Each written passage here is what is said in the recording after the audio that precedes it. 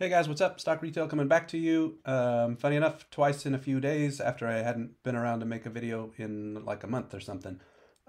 Just had some time today. This is going to be a shorter one, but what I want to do is just a revisit of a couple topics, but looking at them through a slightly different lens from the last video. And in particular, because I've seen some responses out there, some veiled, some direct, kind of, trying to gaslight the apes and trying to gaslight me and say, hey, all this stuff you're talking about is not relevant. You guys are crazy. It's the old, conspiracy theory thing that's become this term that's just thrown around to sort of be synonymous with crazy. But conspiracy theory does not mean crazy. I said in the last video, there are people who collude against your interests. That happens. That's a conspiracy. And a theory about that, we have a theory of relativity. We don't say that you have a science theory, so you're crazy, right? So a conspiracy theory doesn't have to mean you're wrong, doesn't have to mean you're crazy. So I'm going to just actually talk today about a concept I want you to think in the physical world, which is, you can see here the title, Observing the Unobservable. So what we're going to talk about is things that you can't really see, but when they have an impact on the objects around them, you actually, in a way, can see them. And if I make noise here for a minute, I'm just adjusting my monitor. There we go. Okay, so here, there's a concept. Basically, this was NASA. A while back, they had found what you could kind of call an invisible planet. And so you can, like I said, there's just this concept of you can observe the invisible by its impact on the visible. So I'll just kind of read this here. So NASA's Kepler spacecraft has spotted a planet that alternately runs late and early in its orbit. So what they were finding out is this planet wasn't showing up on time where they expected it in the sky, and it was basically just like 5 minutes off. It would kind of alternate being early and late. And so what they realized was there was another planet. Basically, you could just kind of math it out and say, oh, okay, we can observe this visible planet and what's happening to it, and by the math effectively, by the impacts that we can see, we know there's something else pulling on it and pushing on it that we don't see.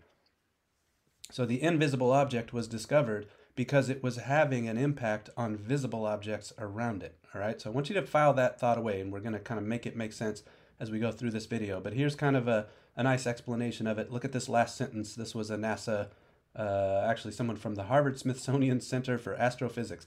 It's like having someone play a prank on you by ringing your doorbell and running away. You know someone was there even if you don't see them when you get outside. Or a classic example is, you don't see the wind, but you see the impact of the wind when it's like blowing on the trees, right? So you can observe the invisible by its impact on the visible. Remember that.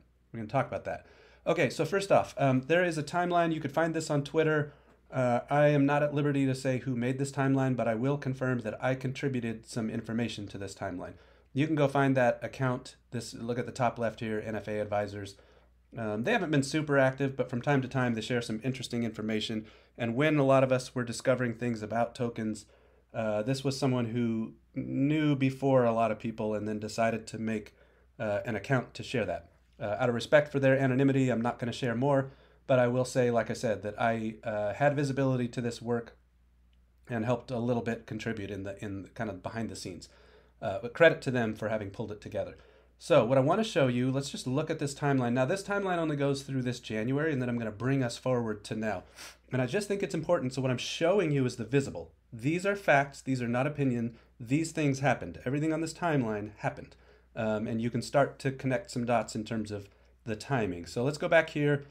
You can actually see, so I often talk about when Binance, created the AMC and GME tokens, and how that was the day before the buy button. But you can actually see Bittrex starts to get involved a little bit before that. I have often said that the AMC token was created January 27th. That is because I shared on the last video, I had found a transaction record where you can see people buying and selling those tokens starting the 27th.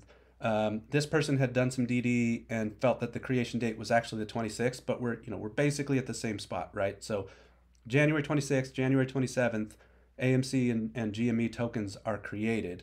Now, same day basically, that's when you get the late night talks between Citadel and Robinhood. And I always remind you guys, don't forget Interactive Brokers. They also remove the buy button. And honestly, don't forget your brokers. Like the broker that I'm in went down for 90 minutes on the 28th.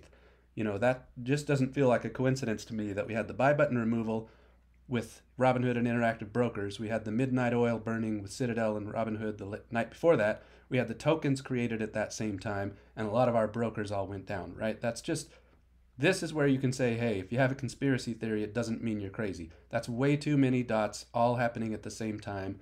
That's not a coincidence. So keep that in mind in terms of tokens. They're created basically the day before the buy button removal. We get AMC and GME tokens. Okay, so then you see Binance starts to show up, and I had shared in past videos and tweets and Reddits and whatever, wherever you like to go, that effectively Binance kind of backs out around the time of our June run, and you start to see FTX show up. So you can see some things that FTX was doing. But now I'm going to skip way forward, and I'm going to highlight when APE was created. So notice, and this is going to matter, notice that in August of 2022, APE is created. And you get actually an APE tokenized security that shows up. But remember that APE was a preferred equity. That was a big deal too. Part of the reason I believe that Adam called it checkmate, quite frankly.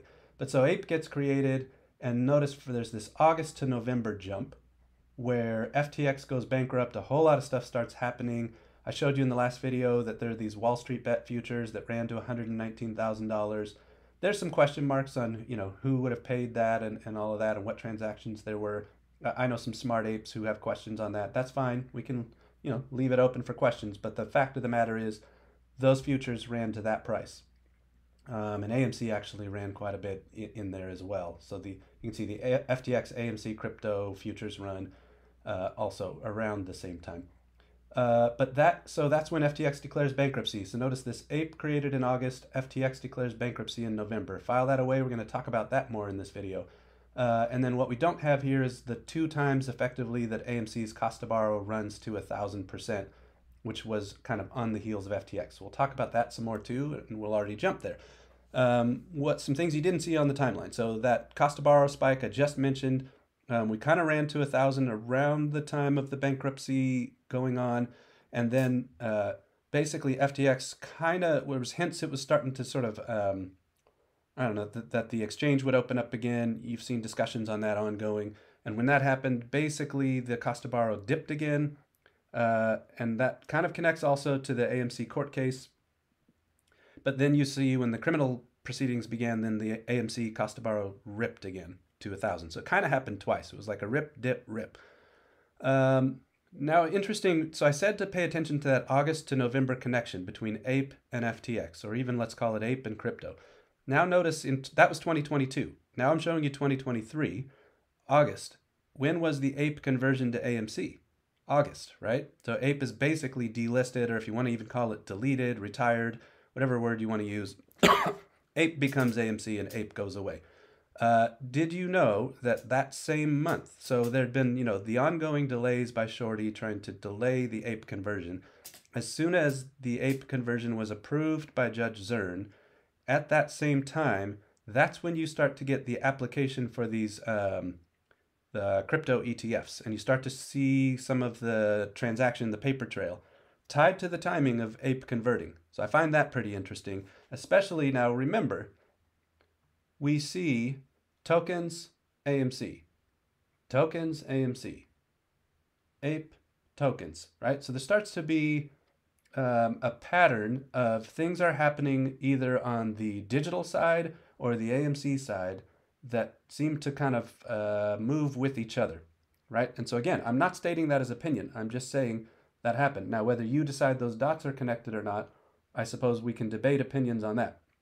I got some replies to the last video. I've seen some tweets out there, people kind of trying to, I don't know, throw shade on some of the things I'm saying, and that's fine. I'm not going to take it personally, but I'm just telling you, you can't deny, I'm just showing you a timeline. Like, that's unemotional, that's not opinion-based.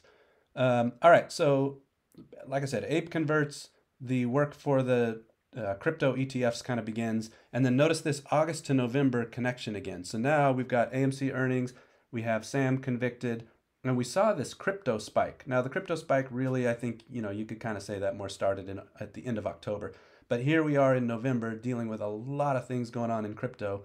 And, it's only November 4th as I record this, so we're going to have to pay attention. But I just have a feeling, as we go through the rest of the month, TBD, there's some kind of interesting ape to crypto and August to November. Ape in August, crypto in November, some things going on, and potentially tying that all to AMC. So there's some speculation there for sure. I don't mind owning that. I'm connecting some very loose dots, but I just want you to see what I believe I see. So those things all happened. I already mentioned, I guess, the ape and ape to crypto and August to November connection, just showing that a little more clearly. Ape created in August, FTX bankruptcy, and the AMC cost to borrow spike in November 2023. Ape converted in August, crypto spike, and ETF activities and let's find out what the rest of November is.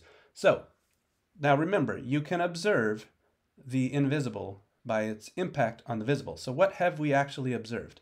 Let's go through this. All right, so I'm just going to go top left down. Tokens were created at the same time Citadel, Interactive Brokers, and Robinhood burned the midnight oil and removed the buy button. That's a fact. That's just not even debatable. A notorious short seller, so I'm talking about cohorts here, shortly after all that time, was desperately seeking to bully AMC to securitize tokens. All right, so we're at tokens again. We've got shorts involved again. 3 months after creation of Ape, FTX went bankrupt. I'm just stating facts here. When FTX went down, our cost to borrow spiked and banks went under. When FTX briefly, there were discussions about reopening, our cost to borrow dove. Now I'm at the top right. Shorts desperately sought to delay the Ape conversion. There's Ape again. Interesting. As SBF criminal proceedings progressed, our cost to borrow respiked. The same month Ape was converted, BlackRock and others applied for the crypto ETFs. So we are here. We know that the crypto ETFs may be approved any day. Go back to the last video to kind of understand why I'm talking about that so much. I drew some loose connections there, some tight connections, some loose connections. I was pretty clear where there's speculation in that one. We know AMC earnings is this month.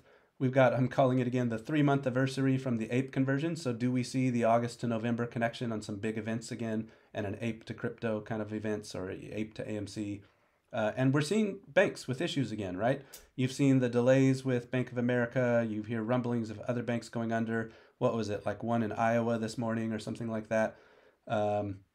Interesting to see this 3-month timing and a connection to Ape both times. Where there's smoke, there's fire sometimes. And like I said, observe the invisible by looking at the visible. And if there's a pattern, you can start to make connections. So also note, we've got various other criminal proceedings. That's not all done. We had the SBF trial, but there's still discussions with Bittrex and Binance and, Coinbase and Cash App and whoever else. So just keep track of all of that. So all of that has happened. The timeline I showed you, the stuff that comes after the timeline, the Ape to crypto connection, the August to November connection, the bank connection, shorts pushing tokenized securities on AMC, shorts delaying the Ape conversion. And yet, in spite of all of that, you've got a lot of accounts out there, not a lot, but a few accounts, who are trying to convince you that there's no connection. Just show them the timeline. Show them the events. It's not even a debate. These things happened. I'm not sharing opinion. I'm just giving you a history lesson. History happened, right? It's not really emotional or a debate. So, in spite of all of that, people are telling you there's no connection. You can decide what you believe about that. So, I told you to be a shorter video. We're kind of already wrapping up here. There's just 3 concepts I want you to walk away with. 1, there is another physical property, and I kind of tweeted about this morning. Basically, isotopes leave a trace. So there's this idea, like for instance, if someone's checking out, some part of your body, like your thyroid or something, they'll kind of have you swallow this basically milkshake that's got an isotope, and you can kind of see where it kind of travels. There's ways even to look at sort of, geologic history. There are things out there that leave a trace and can tell you what's been happening. Basically, I'm saying things have a way of leaving receipts, and I'm connecting that to Ape and crypto, and that's all I'm going to say right now in this video. More will come out, I believe, as time goes on. So I'm going to leave it at that. Second concept. This is actually like a Bible verse. I think, I don't get all like religious and spiritual on this video or on this channel, but just take this as like a wise saying or something. There's nothing covered which will not be revealed. Whatever you've spoken in the dark will be revealed in the light. I'm going to leave that one at that. But connect those first two. There's a physical property in the world, which is isotopes leave a trace. Perhaps in the world of crypto, there are traces to be found. So let's just keep our eyes on that. I told you the other physical property. You can observe the invisible through its impact on the visible. And I hope that I've made it clear. What I'm saying is, as all these developments have happened, note what has happened with AMC, note what has happened with crypto, and note what has happened with the banks. Each time, there has been a connection. Every time. And there is a connection from tokens to buy button removal and collusion and all these kinds of things as well. And shorts pushing tokens and shorts trying to delay progress with ape. I continue to say there's a reason Adam said checkmate. Some of you think it was a fail. I happen to think you're observing some visible impacts going on. Maybe you don't see everything. Maybe there are some invisible things that have happened, but you can observe the visible impacts. And then I said 3 things, but I'm going to leave you with a 4th bonus. I like the stock. Let's go.